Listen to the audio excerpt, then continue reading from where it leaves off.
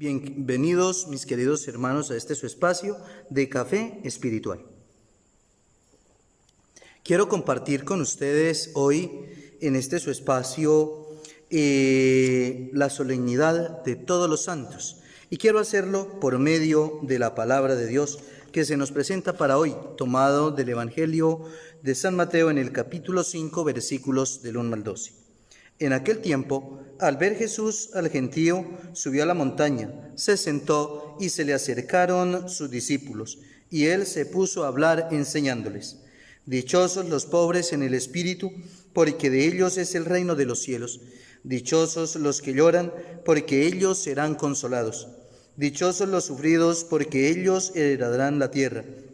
Dichosos los que tienen hambre y sed de la justicia, porque ellos quedarán saciados. Dichosos los misericordiosos, porque ellos alcanzarán misericordia. Dichosos los limpios de corazón, porque ellos verán a Dios. Dichosos los que trabajan por la paz, porque ellos se llamarán los hijos de Dios. Dichosos los perseguidos por causa de la justicia, porque de ellos es el reino de los cielos. Dichosos ustedes cuando los insulten y los persigan y los calumnien de cualquier modo por mi causa. Estén alegres y contentos, porque su recompensa será grande en el cielo. Palabra del Señor. Gloria a ti, Señor Jesús. Muy bien, mis queridos hermanos, hoy la Iglesia celebra esta solemnidad tan especial. Y también quiero que, además de la palabra de Dios, compartamos esta celebración a la luz de lo que el Papa Francisco también nos ha inscrito en esa exhortación apostólica Gaudete et Exsultate, o sobre el llamado a la santidad en el mundo actual.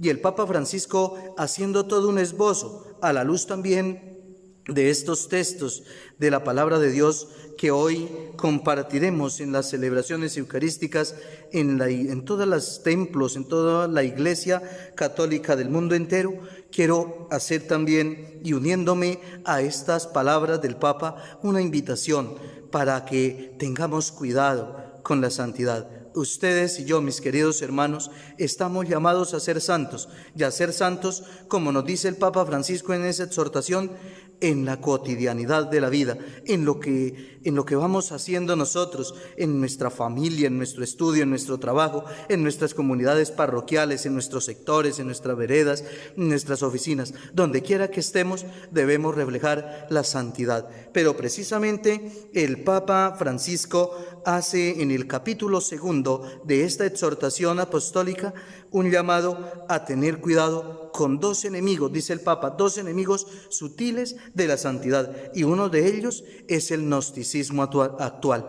Y es que el gnosticismo actual nos puede a nosotros creer que somos puros, que somos ya perfectos, y teniendo una mente sin Dios y sin carne, como si viviéramos por allá en un eón o en algún lugar fuera de la tierra. Una doctrina sin misterio, mis queridos hermanos. No podemos olvidar que la Iglesia, que somos nosotros, es misterio. Y si la Iglesia pierde esa característica mistérica, si pierde el ser, ese sacramento de Cristo, perdemos lo esencial de la Iglesia. Ustedes y yo, que somos la Iglesia por el sacramento del bautismo, no podemos perder esa esencia de nuestra Iglesia mistérica. No podemos perder el misterio que es Cristo, que con su muerte en la cruz, que con su resurrección nos libera del pecado y nos devuelve la gracia. Y también los límites de la razón, nos habla el Papa Francisco en el gnosticismo actual.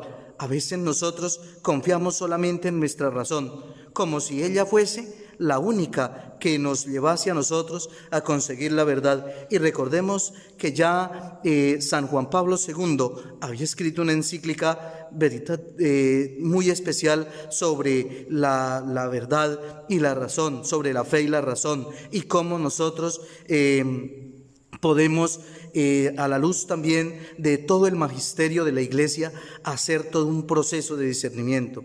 Veritates Splendor también nos habla a nosotros de la capacidad de la conciencia que tiene para descubrir la verdad. Y también San Juan Pablo II, en Fides et Ratio, es decir, la fe y la razón, nos habla sobre las dos alas para llegar a la verdad. La razón debe ir siempre acompañada de la fe. Los invito, mis queridos hermanos, para que también a la luz de la palabra de Dios, a la luz del magisterio de la Iglesia, a la luz también de la reflexión teológica y sin lugar a dudas también a la luz de lo que tantos santos que hemos conocido, santos actuales, como nos dice también el Papa Francisco en esta exhortación, los santos de la puerta de al lado, nos han dado a nosotros muchos ejemplos vitales para que seamos una comunidad santa, una comunidad que buscamos siempre la santidad, el amor y la verdad. Por otra parte, quiero que nos fijemos también en el segundo enemigo de la santidad que nos hace el Papa Francisco visibilizar en esta exhortación, y es el pelagianismo actual.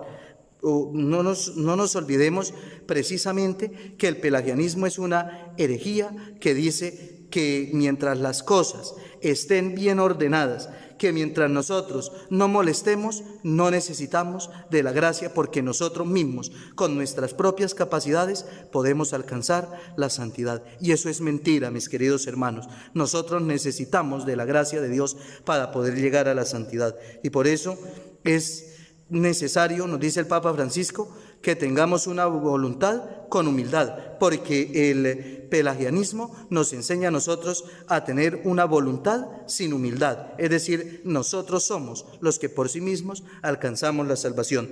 Por otra parte, el Papa nos habla de una enseñanza de la Iglesia muchas veces olvidada, y a veces eso nos ocurre a nosotros, los papas, el magisterio de la Iglesia, las reflexiones teológicas, muchos aspectos importantes los vamos echando al rincón. El punto de que salió un nuevo documento, pero nunca lo volvemos a leer, nunca lo damos a conocer a nuestras comunidades parroquiales, a nuestros agentes de pastoral, a nuestros catequistas, a nuestros jóvenes y a nuestros niños. Y yo pienso que eso es muy necesario, volver a las fuentes, volver a ese amor primero, como hizo Jesús con sus discípulos. Jesús inicia en Galilea, ciertamente todo su ministerio, sube a Jerusalén y muere, pero después de resucitado vuelve a Galilea. Qué belleza y qué hermosura que nosotros tomemos el ejemplo de Jesús, volver a donde hemos iniciado, no con tristeza, con dolor, quizás con el fracaso, todo lo contrario. Después de haber vivido una experiencia de encuentro con el Señor, entonces ahora se reinicia una tarea, una misión con el Señor, animados por Él y fortalecidos por Él. Y por eso, precisamente, el Papa Francisco, cuando nos habla de la santidad, nos dice que no hay que olvidar las enseñanzas de la Iglesia, no hay que olvidar las experiencias de una Iglesia que ha pasado ya miles de años y que ha fructificado también en muchas personas su santidad, su amor.